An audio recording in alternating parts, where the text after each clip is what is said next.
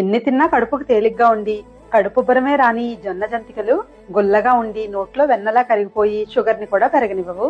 ఎవరైనా ఇట్టే చేసేయగలిగే ఈ జొన్న కారాల కోసం జొన్నలు 8 గంటలు నానబెట్టి కడిగి ఎండబెట్టి మిల్లు పట్టించిన 2 కప్పుల జొన్న పిండి, అరకప్పు శనగపిండి, అరకప్పు బియ్యం పిండి వేసి జల్లించి రుచికి సరిపడా ఉప్పు, 1 టేబుల్ స్పూన్ కారం, 3 టేబుల్ స్పూన్స్ నువ్వులు, 1/2 టీ స్పూన్ వాము వేసి ఒక్కసారి కలిపి అవకాశం ఉంటే ఇంట్లో తయారు చేసుకున్న వెన్నపూస లేదా బటరు 1 స్పూన్ వేసి పిండి మొత్తం బాగా కలిపి గోరువెచ్చని 2 కప్పుల నీళ్లతో చపాతీ పిండిలా కలుపుకోవాలి.